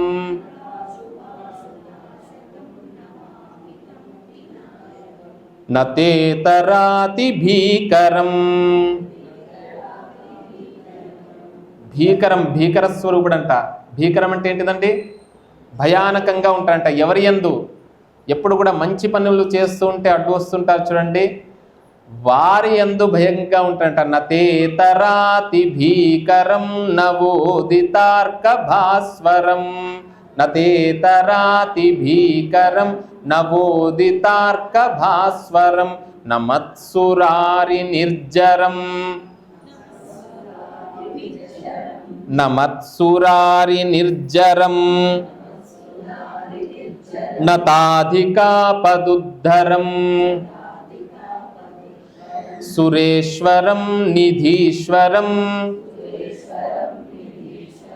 గజేశ్వరం గణేశ్వరం మహేశ్వరం తమాశ్రయే పరాత్పరం నిరంతరం. ఆ స్వామివారు అధర్మ పరులయందు ఎప్పుడు కూడా ధర్మ కార్యాలు చేస్తుంటే అనేక విఘ్నాలు చేస్తూ ఉంటారు. వారి యందు ఆ విధానంగా భీకరంగా ఉండి భయాన్ని కలిగించి ఆ భయం ద్వారానే భక్తిగా వస్తుంటారు. కొంతమంది భయం ద్వారానే భక్తిగా మారినటువంటి వారు ఎందరో మహనీయులు ఉన్నారు. అలాంటి వారిని కూడా అనుగ్రహిస్తుంటాడంట. అలా నవోదితార్క భాస్వరం, అప్పుడే ఉదయిస్తున్నటువంటి సూర్యుడు యొక్క స్వరూపం. నమత్సురారి నిర్జరం నతాధికాపదుద్ధరం. ఆపదలన్నింటినీ కూడా అంటే అధికమైనటువంటి ఆపదలు వస్తూ ఉంటాయి. శ్రేయాంసి బహువిఘ్నాన్ని, ఎప్పుడు మంచి పనులు చేస్తుంటేనే అనేక విఘ్నాలు వస్తూ ఉంటాయి. ఆ ఆపదలన్నింటినీ కూడా తొలగించేటువంటి స్వామి. సురేశ్వరం నిధీశ్వరం గజేశ్వరం గణేశ్వరం. నిజంగానే అన్నిటికీ కూడా చెప్పాము, భాగ్యవంతుల యొక్క పుత్రుడే కాదండి, ఇతని భాగ్యవంతుడి యొక్క అల్లుడు కూడా. శ్రీకాంతో మాతులో యస్య జననీ సర్వమంగళ జనకో శంకరో దేవ తం వందే కుంజరానం అన్నారు. శ్రీకాంతో మాతుల అంటే ఏంటిదంటే మేనల్లుడు, మహావిష్ణువు యొక్క మేనల్లుడు. జననీ సర్వమంగళ, ఆ గణపతిని స్మరిస్తే అమ్మ అనుగ్రహం కూడా ఉంటుందంట. తల్లిదండ్రులకు ఎప్పుడంటే పిల్లవాడిని ఆడిస్తూ ఉంటే కదా, పెద్దవాళ్ళ పిల్లల్ని ఆడిస్తూ ఉంటే పని వాళ్ళు ఏం చేస్తూ ఉంటారు, అలా ఆనందపడి వారికి అధికంగా ఇచ్చినట్టు ఆ గణపతిని పట్టుకుంటే అన్ని పనులు అవుతాయంట. శ్రీకాంతో మాతులో యస్య జననీ సర్వమంగళ జనకో శంకరో దేవ. నిజంగానే వచ్చి మనస్ఫూర్తిగా గణపతిని స్మరించండి, ఆ విజయం తప్పకుండా వరిస్తాడు. అయితే కొన్ని మంచి పనులకు ఏంటిదంటే సమయం పడుతుంది, ఇక్కడే అనుభవిస్తాం. త్రిభిర్వర్షై త్రిభిర్మాసై త్రిభిర్దినై అత్యుత్కటై పాపపుణ్యై ఇహైవ ఫలమశ్నుతే. అందరూ అంటుంటారు స్వర్గము నరకము అని. మనం కంటితో చూడనటువంటిది మనం చెప్పకూడదు. కాబట్టి ఎవరు చేసినటువంటి కర్మను వారు ఇక్కడ అనుభవిస్తారంట. కొన్ని మంచి పనులకు 3 సంవత్సరాలు పడుతుందండి, కొన్ని పనులకు మాత్రము 3 రోజులలో 3 నెలల్లో కూడా వచ్చేటువంటి అవకాశం ఉంటుంది అని చెప్పనట్టు ధర్మవాంఛితాలకు. అలాంటి సురేశ్వరం నిధీశ్వరం గజేశ్వరం గణేశ్వరం మహేశ్వరం ఆయనను ఆశ్రయిస్తే తమ ఆశ్రయే పరాత్పరం నిరంతరం నిరంతరం కూడా ఆయన ఆశ్రయించడం ద్వారా సౌఖ్యాన్ని శుభాన్ని చేకూరుస్తారంట. సమస్తలోక శంకరం సమస్తలోక శంకరం నిరస్తదైత్యకుంజరం దరేతరోదరం వరం వరేభవక్త్రమక్షరం కృపాకరం క్షమాకరం ముదాకరం యశస్కరం నమస్కరం మనస్కృతాం నమస్కరోమి భాస్వరం. సమస్తలోక శంకరం, ఆ స్వామి అంతటా కూడా వ్యాపించి ఉన్నాడు. శం కరోతీతి అంటే శం అంటే శుభాన్ని కలిగించేటువంటి స్వామి. నిరస్తదైత్యకుంజరం, ఇలా ఎంతోమంది రాక్షస శక్తుల్ని సంహరించినటువంటి వారు. దరేతరోదరం వరం, ధర అంటే చిక్కినటువంటిది. దరేతరోదరం అంటే లంబోదరుడు అంటుంటాం కదా, అంటే దానికి వ్యతిరేకంగా అంటే పెద్ద ఉదరం కలిగినటువంటి వారు. సమస్త విద్యలన్నీ కూడా ఆయనలో ఉన్నాయి, మొత్తం బ్రహ్మాండం అంతా కూడా ఆయన ఉదరంలో ఉందని చెప్తున్నారు. వరేభవక్త్రమక్షరం, సకల విద్యలకు కూడా విద్యాప్రదాత అయినే ఆయనను అనుగ్రహించడం ద్వారా స్వామి నా యందు కృప చూపించు స్వామి. కృపాకరం అపరాధ సహస్రాని క్రియంతే అహర్నిశమ్మయ, క్షమస్వాని అంటుంటాం కదా, మమ్మల్ని క్షమించు స్వామి. ముదాకరం యశస్కరం, మమ్మల్ని ఆనందాన్ని కలిగించు స్వామి.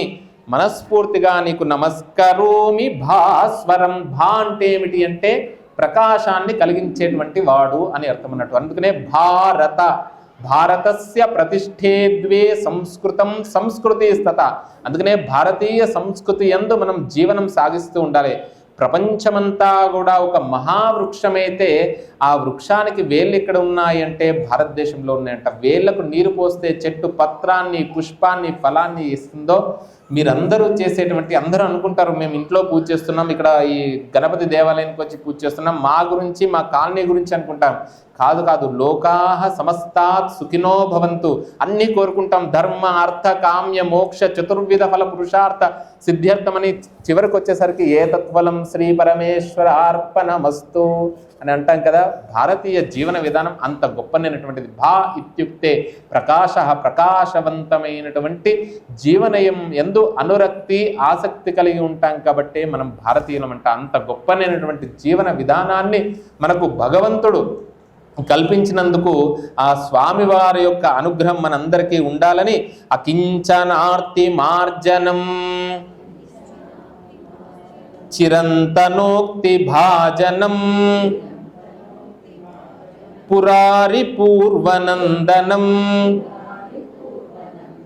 సురారి గర్వచర్వనం ప్రపంచనాశ భీషణం ధనంజయాదిభూషణం కపోలదానవారణం భజే పురాణవారణం. అకించనార్తి మార్జనం చిరంతనోక్తి భాజనం, నిరంతరము కూడా స్వామిని భజించడం ద్వారా పురారి పూర్వనందనం. ఎవరండి ఇతను? స్కందుడి కంటే పురారి అంటే ఈశ్వరుడని అర్థం అన్నట్టు. పురారి పూర్వనందనం. అందుకనే ఆ సుబ్రహ్మణ్యేశ్వర స్వామి భుజంగ స్తోత్రం ఉంటుందండి. అది సర్పం ఎలా వెళ్తుందో అలా ఉంటుంది. సదా బాల రూపాపి విఘ్నాద్రిహంత్రి మహాదంతి వక్త్రాపి పంచాస్యమాన్య విధీంద్రాదిమృగ్యా గణేశాభిధామే విధత్తాం శ్రియం కాపి కళ్యాణమూర్తి మయూరాధిరూఢం మహావాక్యగూఢం మనోహారిదేహం అని నజానామి శబ్దం, నజానామి పద్యం, నజానామి చార్థం, నజానామి గద్యం చిదేకా షడాస్యా హృదిత్యోతతేమే. నిజంగానే ఆ సుబ్రహ్మణ్యేశ్వర స్వామి వారి యొక్క ఆ రూపం మాత్రమే నేను స్మరిస్తూ ఉన్నాము అని అంటామన్నట్టు. అందులో కూడా మొట్టమొదటిగా గణపతి యొక్క ప్రార్థన ఉందండి. సదా బాల రూపాపి. పిల్లలు ఏం చేస్తారండి, గణపతి పండుగ రాగానే ఎక్కడ చూసినా కూడా వారే కనబడుతూ ఉంటారు. పిల్లలకు ఆనందప్రదాయకుడు. మనం కూడా పిల్లలమేనండి.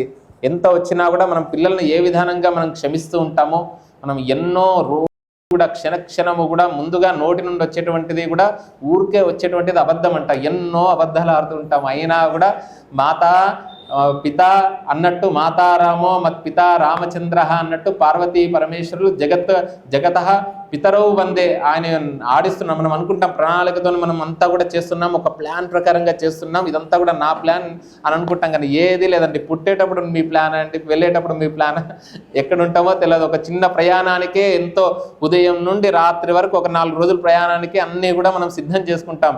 మరల పరలోక ప్రయాణం ఎలా ఉంటుందో తెలియదు. కాబట్టి మనం ఎలా ఉండాలి, ప్రతి క్షణము కూడా ఇన్సూరెన్స్ చేసుకుంటాం కదా ఈ పాంచభౌతికానికి. ఆ పరమాత్మ అంటే వచ్చే జన్మ ఎక్కడ రుణానుబంధ రూపేణ పశు పత్ని సుత ఆలయా. కాబట్టి అలాంటి గొప్పనైనటువంటి జీవన విధానం మరల ఎక్కడ పుడతామో తెలియదు. ఎక్కడో అందరము కూడా కలిసాం ఒక దగ్గరకు వచ్చేసి. ఇప్పుడు ఇంతకుముందు అన్నీ కూడా విలేజెస్ ఉంటుండే, ఇప్పుడు విల్లాస్ లాగా అపార్ట్మెంట్ లాగా ఒక పార్ట్ పై అందరము కూడా ఒక దగ్గర కలుస్తున్నాం. కాబట్టి పార్ట్స్లో అందరూ ఒక దగ్గర కలుస్తున్నాం. కాబట్టి అందరం కూడా కలిసి ఉండాలండి. అందుకనే పరమాచార్య స్వామి వారు మైత్రీం భజత అఖిల హృజ్జైత్రీం ఆత్మవదేవ పరానపి పశ్యత యుద్ధం త్యజత స్పర్ధాం త్యజత త్యజత పరేష్వక్రమమాక్రమణం జననీ పృథ్వీ కామదుగాస్తే జనకో దేవ సకల దయాలు. పరమేశ్వరుడండి అందరినీ కూడా ఒకే రకంగా చూస్తూ ఉంటాడు. దామ్యత దత్త దయద్వం ఇవి అలవాటు చేసుకోవాలి మనం అని చెప్పారు. మైత్రీం భజత, ఒక ప్రేమ ద్వారానే, స్నేహం ద్వారానే నువ్వు అన్ని కూడా జయిస్తావండి. అందుకనే మానవుడికి నరస్య ఆభరణం రూపం అండి. రూపస్య ఆభరణం గుణం, గుణస్య ఆభరణం జ్ఞానం, జ్ఞానస్య ఆభరణం క్షమ. ఆ మహాగణాధిపతిని మనం దర్శిస్తే నిజంగానే ఎప్పుడు కూడా హస్తి ముఖుడు అన్నాం కదా, కరము అనేటువంటి పదం కూడా ఉంది. ఎప్పుడు కూడా నోటి మీద చేతు వేసుకున్నట్టు పెద్దవారితో మాట్లాడేటప్పుడు కానీ, దేవాలయానికి వెళ్ళేటప్పుడు కానీ. ఎందుకంటే ముందట తీర్థం ఉంటుంది, ప్రసాదాలు ఉంటాయి, మనం ఏం మాట్లాడతామో తెలియదు. అందుకనే చాలా జాగ్రత్తగా ఉంటూ ఉండాలని చెప్పారన్నట్టు. అలా ఇంకొక అర్థం ఏమిటి అంటే అవిచార్య నవక్తవ్యం, ఆలోచించకుండా మాట్లాడకూడదంటే ఎప్పుడు కూడా. వక్తవ్యం సువిచారితం, బాగా ఆలోచించి. ఎందుకంటే వాక్కు భగవత్ స్వరూపం. శబ్ద బ్రహ్మమయీ చరాచరమయీ జ్యోతిర్మయీ వాంగ్మయీ అంటారు. పరా పశ్యంతి మధ్యమ వైఖరి రూపంలో వస్తుంది. అంటే ఆ మాటల ద్వారానే శక్తి అంతా పోతుందంట. మనం అనుకుంటాం నేను పని చేయడం ద్వారా శక్తి పోతుంది అనుకుంటాం, కానీ పని చేయడం ద్వారా కదంటే ఊరికే ఉట్టి మాటలు మాట్లాడుతుంటాం కదా, దాని ద్వారా మనలో ఉండేటువంటి శక్తి అంతా కూడా ఈరోజు వచ్చేసరికి మనకు శ్రీమద్ సుందరకాండలో చెబుతారన్నట్టు ఛాయాగ్రాహి అని. అది మనం అనుకుంటాం, మనము చూస్తున్నాం అనుకుంటాం, కానీ అదే మన యొక్క ఛాయను పట్టేస్తుంది. ఆ విధంగా చూసినా కొద్దీ చూడాలనిపిస్తుంది, దానికి మనం లోబడుతున్నాం. ఆ విధానంగా అవిచార్య వక్తవ్యం వక్తవ్యం సువిచారితం. నీ మాటకు ఎక్కడైతే సఫలం ఉంటుందో కించ తత్రైవ వక్తవ్యం యత్రోక్తం సఫలం భవేత్. ఇక్కడ మాట్లాడితే ఎక్కడో విరోధాలు వస్తున్నాయి ఒక ఫోన్ ద్వారా, అందుకనే ఎక్కువగా మాట్లాడకూడదు అని అంటుంటారు అన్నట్టు. ఆ విధానంగా స్వామివారు మనకు వాక్కును మంచిగా మాట్లాడే విధానంగా అనుగ్రహిస్తంట. భద్రం కర్ణేభి, పెద్ద చెవులు ఉంటాయండి ఆయనకు. దాని పేరేంటిదండి? శూర్పకర్ణాయ నమః అంటాం కదా. మొదటి నామం ఏంటిదంటే 16 నామాలు ఉన్నాయి కదా గణపతికి. సుముఖాయ నమః, ఏకదంతాయ నమః. వచ్చా అందరికీ? చెప్పండి. కపిలాయ నమః, గజకర్ణికాయ నమః, లంబోదరాయ నమః, వికటాయ నమః, విఘ్నరాజాయ నమః ధూమకేతవే నమః గణాధ్యక్షాయ నమః ఫాలచంద్రాయ నమః గజాననాయ నమః వక్రతుండాయ నమః శూర్పకర్ణాయ నమః హేరంబాయ నమః స్కందపూర్వజాయ నమః. నిజంగానే ఇప్పుడు కలియుగంలో లేమంటే మనం కృతయుగంలోనే ఉన్నట్టు అనిపిస్తుంది. ఎందుచేతనంటే మనకేదో దృశ్యంలో చూపించినట్టు కలియుగం వచ్చేసరికి అంగుష్ట మాత్ర ప్రమాణం అవుతారన్నట్టు ఇప్పుడు కలిసాధు నిజంగానే కృతయుగంలో ఉంటే ఏ విధంగా మీరందరూ ఇక్కడ ఈ విజయ గణపతి దేవాలయంలో ఇంత సంస్కారంగా 16 నామాలు చెప్పారంటే 16 సంస్కారాలకు 16 నామాలండి. షోడశ ఏతాని నామాని యహ పఠేత్ యహ స్మరేత్, పఠించినా స్మరించినా, శృణుయాదపి పలకలేకపోయామనుకోండి, విన్నా కూడా విద్యారంభే, విద్యారంభం అంటే బ్రహ్మచర్యము, వివాహేచ గార్హస్థ్యము, ప్రవేశే నిర్గమే తథా వానప్రస్థము ఆశ్రమం తీసుకోవచ్చు. మరల మనకు నిజంగానే జన్మ ఉంటే కూడా ఆ యొక్క అనుగ్రహం ఉండి అలాంటి గొప్పనైనటువంటి అనుగ్రహాన్ని కలిగిస్తాంట. అందుకనే మొట్టమొదటి నామం సుముఖాయ నమః. ఎవరి ముఖము చూస్తే మనకు జయము జరుగుతుందో అలాంటి స్వరూపం ఆయన గజముఖుడు అనే గజ స్నానం అంటుంటాం కదా. అలా ఏకదంతాయ నమః. ఏకదంతుడు అంటండి అనేకదంతమా ఏకదంతమా? స్వామికి ఏకదంతం. మళ్ళీ ఇంకో దంతం ఏమైంది అమ్మా? మహాభారతాన్ని మీరు ఒక చిత్రపటం చూడండి, ముఖ పుస్తకాలలో గణపతేమో రాస్తూ ఉంటారు, వ్యాస మహర్షి ఆలోచిస్తూ ఉంటాడు. ఈ భారతాన్ని ఎందుకంటే 4 వేదాలు కూడా అఖండం అయినటువంటివి, అనంతో వై వేదాహ. ఈ కలియుగానికి వచ్చేసరికి ఆ అనంతమైనటువంటి వేద రాశి కష్టము అని చెప్పి వ్యాస భగవానుడు 4 వేదాలను విభజించాడండి. వ్యాసుడు ఎవరో కదండి, సాక్షాత్తు మహావిష్ణువే. వ్యాసాయ విష్ణు రూపాయ వ్యాసరూపాయ విష్ణవే నమో వైబ్రహ్మనిధయే వాసిష్ఠాయ నమో నమః. ఆయనకు ఒక ఆకారం లేదు. అవికారాయ శుద్ధాయ నిత్యాయ పరమాత్మనే, ఒకటే రూపం అంట. సదైక రూపాయ విష్ణవే సర్వజిష్ణవే అన్నట్టు ఆ వ్యాస మహర్షి ఆలోచిస్తున్నాడు. ఆలోచించిన కొద్దీ మళ్ళా ఏ కలం తీసుకున్నా కూడా ఆగిపోతుంది. మరలా ఏం చెయ్యాలి అని మహాగణాధిపతిని స్మరిస్తే తన యొక్క దంతాన్ని, ఏనుకు ఏవండి ఇష్టమైనటువంటివి, మనం కూడా పులి యొక్క కొన్ని తెచ్చుకుంటుంటాం, గోర్లు అని, తర్వాత ఆయన యొక్క చర్మం అని వాడుతుంటాం. ఏనుకు ఇష్టమైనటువంటిది ఏంటిదంటే దంతాలు. తనకి ఇష్టమైనటువంటిది త్యాగం చేశారండి. మనము కూడా కొన్ని సందర్భాలలో త్యాగం చెయ్యాలి. వెంటనే ఒక మాట అంటే మరల మాట పెరుగుతూ ఉంటుంది అన్నట్టు. ఆ విధానంగా త్యాగ జీవితాన్ని న కర్మనా న ప్రజయా ధనే న త్యాగే నైకే అమృతత్వమా నశు. మన మహాగణాధిపతి విజయ గణపతి కూడా అమృత కలశాన్ని పెట్టుకున్నాడు. మీరు రాగానే ఆయనను ఒక్కసారి 2 చేతులు జోడించి, అక్కడ మూషిక వాహనం కూడా ఉంది. ముష్ అంటే దొంగలించడం అనేటువంటి అర్థం వస్తుంది. తర్వాత ఎలుక ఒక దగ్గర ఉంటుందా అండి? ఉండదు అన్నట్టు, మనస్సుకు ప్రతీక. తర్వాత అంత పెద్ద స్వామి ఉన్నా కూడా నిజంగానే మనం ఎంత పెద్ద స్థాయికి వెళ్ళినా కూడా చిన్నవారిని గౌరవించాలనేటువంటి ఒక లౌకికార్థం కూడా తెలుసుకోవచ్చు. ఎవరిని కూడా తక్కువ చూడకూడదు, భగవంతుడి యొక్క సృష్టి కదండి అనే ఉద్దేశం కూడా మనకు ఉంటుంది. అలాంటి గొప్పనైనటువంటి స్వామి అంట. అలా ఏకదంతంతోని మహాభారతం యది హస్తి తదన్యత్ర ఎన్నేహాస్తి నతత్కచిత్ అంటే మా భారతంలో ఉందే యావత్ విశ్వంలో ఉంది. భారతంలో లేనటువంటిది ఏదీ లేదు. అలాంటి గొప్పనైనటువంటి మహాభారతాన్ని రచించాడండి. అందుకనే ఒక మహానుభావుడంట, గొప్ప పండితుడంట. అతను ఉదయం లేవగానే ప్రాతఃద్యూత ప్రసంగేన మధ్యాహ్నే స్త్రీ ప్రసంగతః సాయం చోర ప్రసంగేన కాలో గచ్చతి ధీమతాం. ధీహి అంటే ఏంటిదండి? ధియో యోనః అంటుంటాం కదా. ఆ బుద్ధి రూపేణ సంస్థిత అమ్మవారిని స్మరిస్తూ ఉంటాం కదా. ధీహి అంటే బుద్ధి అని అర్థం అన్నట్టు. అలాంటి బుద్ధిమంతులకి, మంచి వారికి కాలం ఎలా గడుస్తుంది అంటే ప్రాతఃద్యూత ప్రసంగేన, ఉదయం లేవగానే జూదం గురించి ప్రసంగిస్తూ ఉంటారంట, లేకపోతే వింటూ ఉంటారంట. మధ్యాహ్నే స్త్రీ ప్రసంగత, అలా ఉదయం అంతా కూడా ఏదో విధానంగా అల్పాహారం చేసిండో ఏదో తెలియదు. మళ్ళీ మరల మహాప్రసాదం సమయం వచ్చింది కాగానే మరల వెంటనే మధ్యాహ్నం కాగానే స్త్రీ ప్రసంగేన, స్త్రీల గురించి మాట్లాడుతున్నాడంట. సాయం చోర ప్రసంగేన. మనకి ఇప్పట్లాగా టీలు కాఫీలు స్నాక్స్ లేవండి. ఆ సమయంలో సాయంకాలం కాగానే చోర ప్రసంగేన, చోరుడు అంటే ఎవరండి? దొంగ అని అర్థం. ఇక్కడ ఒక పరమార్థం చెప్పారండి. ఎప్పుడు కూడా మహనీయులు సరాసరి చెప్పరు. పరోక్ష ప్రియ ఇవహి దేవా అంటే పరమేశ్వరుణ్ణి ఆరాధించేటప్పుడు పరోక్షంగా చెబుతూ ఉంటారు కొన్ని విషయాలు, ప్రతీయమానార్థంలో చెబుతుంటారు. ప్రాతకాలం మొదటి భాగం అంతా కూడా జీవితం ధర్మం గురించి చెప్పేటువంటిది మహాభారతం. మధ్యాహ్నే స్త్రీ ప్రసంగత, మాధ్యాహ్నిక సమయంలో సీతాయా చరితం మహతు అంటే రామాయణం అధ్యయనం చేస్తుంటారంట, రామాయణంలో ఉండే విషయాలు తెలుసుకుంటుంటారంట. మీరు కూడా మంచి గంధపు చెట్టు దగ్గరికి వెళ్తే గంధపు వాసన వస్తుందండి. మంచి వారి దగ్గరికి వెళ్తే మంచి విషయాలు తెలుస్తూ ఉంటాయి. అప్పుడప్పుడు చెడువారి దగ్గరికి వెళ్తే సాంగత్య దోషం అంటాం కదా, దాక్షిణ్యం స్వజనే దయాపరజనే శాఠ్యం సదా దుర్జనే అన్న విధానంగా చెడువారి దగ్గరికి వెళ్తే వారి యొక్క ఆలోచనలు వస్తుంటాయి. వారు ఏదైనా మాట్లాడగానే 2 రోజుల వరకు మనం చాలా ముందుగానే మనకు అనేక అనుమానాలు అన్నట్టు, అరే ఒకరిని కీర్తించగానే నన్ను కీర్తించాడు, తనను కీర్తించలేదని 2-3 రోజులు తనే ఆలోచిస్తుంటాడు. తన సమయాన్నంతా కూడా వృధాగా చేసుకుంటుంటాడు. అందుకనే సమయాన్ని మనము భగవత్ స్వరూపంగా, కాలాన్ని భగవత్ స్వరూపకంగా భావించి తిథివార నక్షత్ర యోగ కరణాలు, అందుకనే దేవాలయానికి నిత్యము వెళ్ళండి. వెళ్ళడం ద్వారా అక్కడ తిథివార నక్షత్ర యోగ కరణాలు చెప్పి అర్చన చేస్తారు, ఆరాధన చేస్తారు.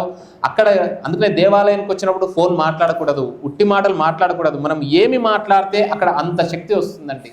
మంత్రం ద్వారా మన యొక్క మాటే మంత్రం అంటుంటారు కదా, మన మనస్సు ద్వారా కూడా ప్రార్థించవచ్చు. అందుకనే గణపతికి అనేక నామాలు లేవండి. గణేశాయ నమః షడక్షరి మాకు ఏమీ రావండి.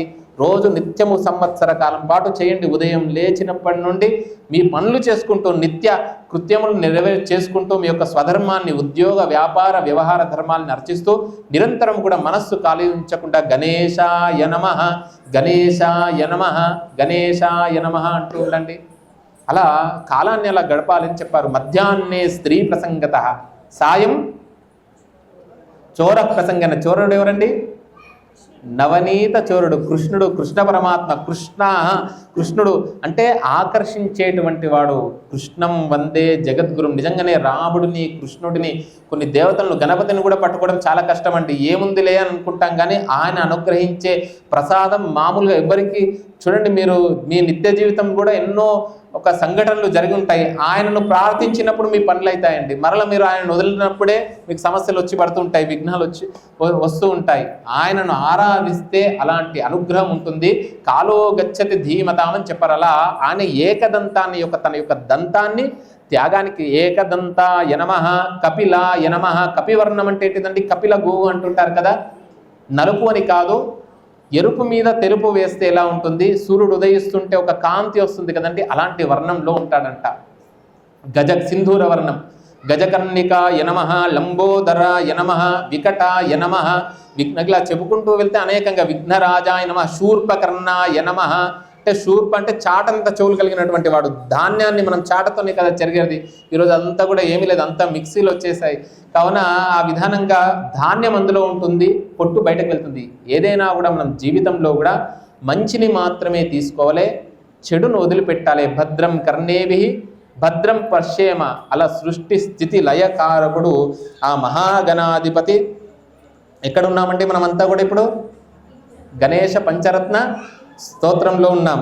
అకించనార్తి మార్జనం చిరంతనోక్తి భాజనం పురారి పూర్వనందనం సురారి గర్వచర్వనం ప్రపంచనాశ భీషణం ధనంజయాదిభూషణం కపోలదానవారణం భజే పురాణవారణం నితాంతకాంతదంతి.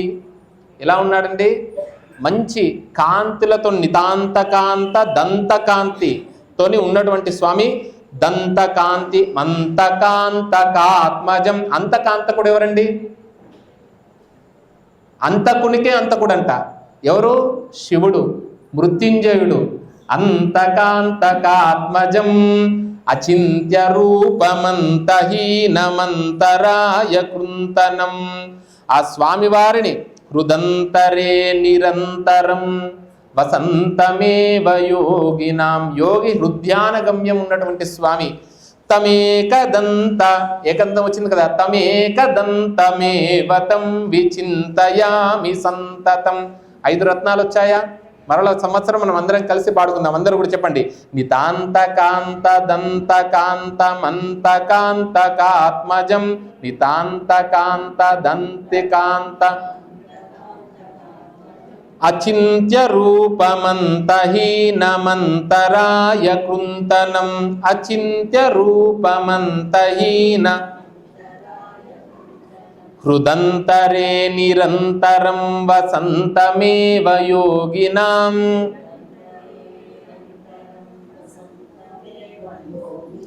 తమేకదంతమేవ తం విచింతయామి సంతతం.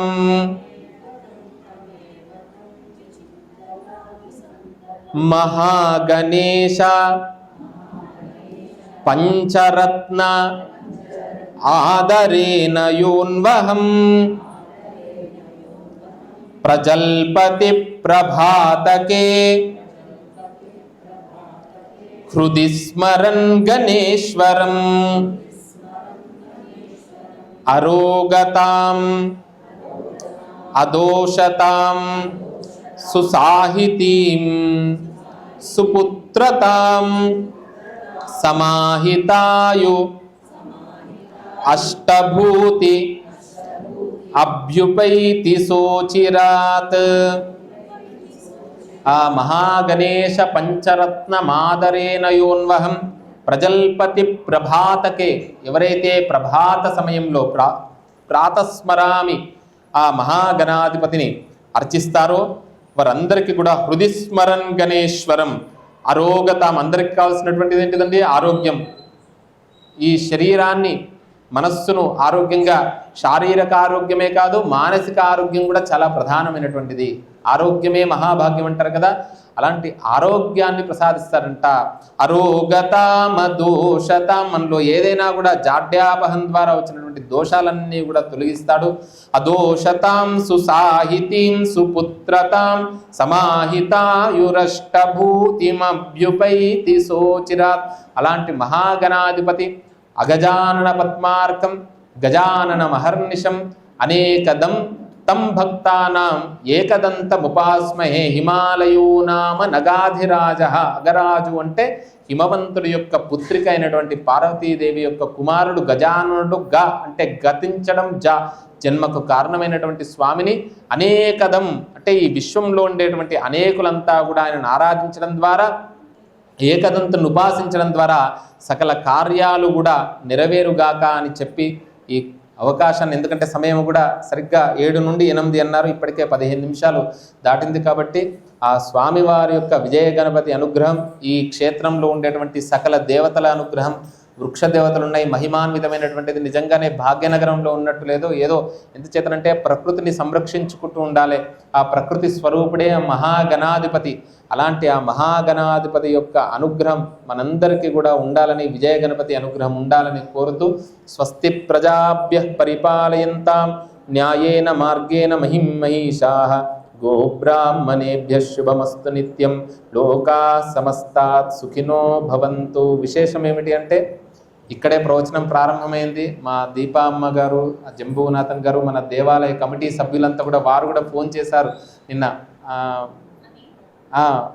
వారంతా కూడా చాలా ప్రేమ. వారు రాగానే అన్నారు, మీరు వచ్చారండి, మీరు వచ్చారని, ఇంతమంది వచ్చారన్నారు. నేను రావడం కాదు, ఆ గణపతి అనుగ్రహం నాకు రావడం, మీ అందరితోని సాంగత్యం. సత్సంగత్వే నిస్సంగత్వం, నిస్సంగత్వే నిర్మోహత్వం, నిర్మోహత్వే నిశ్చలతత్వం, నిశ్చలతత్వే జీవన్ముక్తి అన్నట్టు ఈ కార్యక్రమానికి, ఈ దేవాలయానికి ఇంకా ఎంతో అభివృద్ధి, ఇక్కడ ఎంతోమంది మహనీయులు వచ్చి హరికథలు, ప్రవచనాలు ఇవన్నీ కూడా చేయాలని ఆ విజయ గణపతిని ప్రార్థిస్తూ 1-2 నిమిషాలు నామ సంకీర్తన చేసి హనుమాన్ చాలీసా కూడా ఇక్కడే ప్రారంభం చేశాం.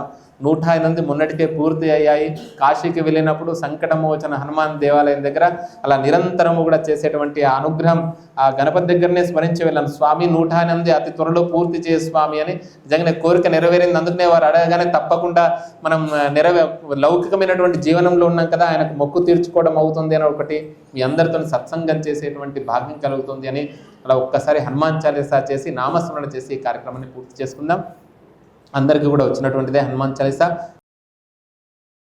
जरज निज मन मुकुर सुधारि वरनो रघुवर विमल यश जोदायक फलचारि बुद्धिहीन तनु जानिके सुमिरौ पवन कुमार बल बुद्धि विद्या देहि मोहि हरहु कलेश विकार जय हनुमान ज्ञान गुण सागर जय कपीशति लोक भुजागर रामदूता तुलित बल धाम अंजनी पुत्र पवन सुत नाम महावीर विक्रम भजरंगी कुमति निवार सुमति के संगी कंचन वरन विराज सुवेश कानन कुंडल कुंचित केशा हाथ वज्र ध्वजा विराजे कांथे मूंज जनेऊ साजे शंकर सुवन केसरी नंदन तेज प्रताप महाजग विद्यावान गुणीयति चातुर राम काज करिवे को आतुर प्रभु चरित्र सुनिवे को रसिया राम लखन सीता मन बसिया सूक्ष्म रूप धरि सिंह दिखावा विकट रूप धरि लंक जरावा भीम रूप धरि असुर संहारे रामचंद्र के काज संहारे लाय सजीवन लखन जियाये श्री रघुवीर हर्षि उर लाये रघुपति कीन्ही बहुत बड़ाई तुम मम प्रिय भरतहि सम भाई सहस वदन तुम यश गावे हस कहि श्रीपति कंठ लगावे सनकादिक ब्रह्मादि मुनीषा नारद शारद सहिता ईशा यम कुबेर दिक्पाल जहाते कवि कोविद कहि सके कहाते तुम उपकार सुग्रीव ही किन्हा राम मिलाय राजपद दीन्हा तुमरो मंत्र विभीषण माना स्वर भय सब जग जाना युग सहस्र योजन पर भानु लील्योताहि मधुर फल जानु प्रभु मुद्रिका मेलि मुख माहि जलधि लांग गए अचर जनाहि दुर्गम काज जगति के जेते सुगम अनुग्रह तुमरे तेते राम दुआरे तुम रखवारे होतन आज्ञा बिनु पैसारे सब सुख लहि तुम्हारी शरण तुम रक्षक काहू को डरना आपन तेज सम्हारो आपे तीनों लोक हांकते कांपे भूत पिशाच निकट नहीं आवे महावीर जब नाम सुनावे नासै रोग हरै सब पीरा जपत निरंतर हनुमत वीरा संकट से हनुमान छुड़ावे मन क्रम वचन ध्यान चूलावे सब पर राम तपस्वी राजा तिनके काज सकल तुम साजा और मनोरथ जो कोई लावे तासु अमित जीवन फल पावे चारों युग पर ताप तुम्हारा है पर सिद्धि जगत उजियारा साधु संत के असुर निकंदन राम दुआरे अष्ट सिद्धि नव निधि के दाता असवर दीन्ह जानकी माता राम रसायन तुम्हारे पासा सदा रहो रघुपति के दासा तुम्हारे भजन राम को भावे जन्म जन्म के दुख बिसरावे अंत काल रघुपति पुर जाए जहाँ जन्म हरि भक्त कहाए और देवता चित्त न धरये हनुमत से सर्व सुख करये संकट हटै मिटै सब पीरा जो सुमिरै हनुमत बलवीरा जय जय जय हनुमान गोसाई जय जय जय हनुमान गोसाई कृपा करो गुरुदेव की नाई। जय जय जय हनुमान गोसाई कृपा करो गुरुदेव की नाई। घोष तवार पाठ कर कोई छूटई बंदी महासुख होई। जो यह पढ़े हनुमान चालीसा होय सिद्धि साखी गौरीसा। तुलसीदास सदा हरिचेरा की जय नाथ हृदय महडेरा। राम लक्ष्मण जानकी राम लक्ष्मण जानकी राम लक्ष्मण जानकी। जय बोलो हनुमान की जय। जय राम जानकी राम जय जय राम जय जय राम जानकी राम जय जय राम। सीताराम जय सीताराम सीताराम जय सीताराम सीताराम जय सीताराम सीताराम जय श्री राम जय जय राम श्री राम शुद्ध ब्रह्म परात्पर राम शुद्ध ब्रह्म परात्पर राम। कालात्मक परमेश्वर राम कालात्मक। सकल जीव संरक्षक राम सकल जीव संरक्षक राम। समस्त लोकाधारक राम समस्त लोकाधारक राम। रघुपति राघव राजा राम रघुपति पतित पावन सीताराम पतित पावन सीताराम। श्री राम जय जय राम श्री राम नमः शिवाय ओम नमः शिवाय नमः शिवाय ओम नमः शिवाय। सांब सदा शिव सांब शिवा अरुणाचल शिव अरुणाचल अरुणाचल शिव अरुणाचल अरुणाचल शिव। हरि नारायण भज नारायण हरि नारायण भज नारायण हरि नारायण भज नारायण हरि भज नारायण हरि नारायण भज नारायण हरि नारायण भज नारायण हरि नारायण भज नारायण हरि नारायण हरि नारायण भज नारायण हरि नारायण। हर नमः पार्वती पतये हर हर महादेव हर। स्वस्ति प्रजाभ्यः परिपालयन्तां न्यायेन मार्गेण महीं महिषाः। गोब्राह्मणेभ्यः शुभमस्तु नित्यं लोकाः समस्ताः सुखिनो भवन्तु। अंदर చెప్పండి धर्मस्य विजयोस्तु धर्मस्य विजयोस्तु अधर्मस्य नाशोस्तु प्राणिषु सद्भावनास्तु। वेदस्य अभिवृद्धिरस्तु संस्कृतस्य अभिवृद्धिरस्तु। सर्वे जनाः सुखिनो भवन्तु सर्वे जनाः सुखिनो भवन्तु सर्वे जनाः సుఖినో భవంతు.